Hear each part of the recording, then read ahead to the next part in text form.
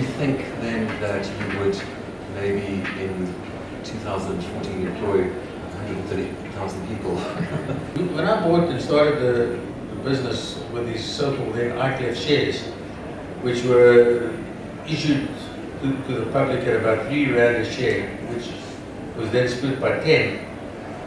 The next day they traded at 4 rand. Now you work out from 3 to 4 in one day. That's quite a hefty profit for a young guy who didn't really have much money at the time. So I was quite tempted to take the money and go, but I stuck around.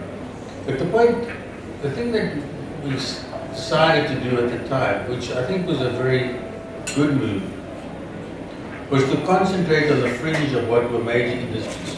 So we didn't get involved in the mainstream of food, because if you take Chipkins and SeaWorld, which were the 2 deals we did initially, and they were combined in one transaction, which was the listing, they weren't in the mainstream. They were not competitors to Tiger, because that would have been a problem. Nor to Premier Milling, nor to Reckitt and Coleman and all those guys. It was one of those companies that these guys didn't see much anticipation in. So we decided that time was to buy a trading, distribution and services company on the fringe of major industries. That was Bidvest's mission statement, and to a large degree that's been the mission statement which is carried through until today.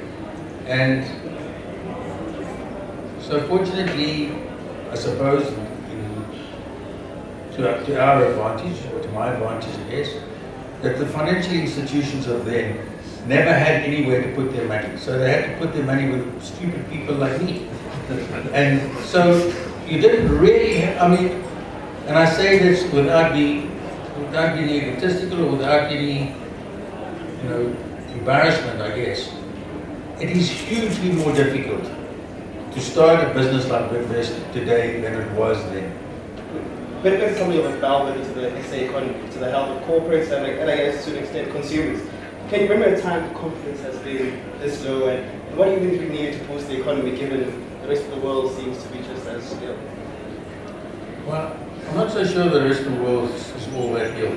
Obviously, they're going through some rough times, but I think Europe is getting better. The United States certainly is a lot better. But things in South Africa at the moment are really, really depressive, if you can call it that. And it's not because things are all fundamentally bad. There are some issues that aren't great, but it cuts across a very small piece at the top.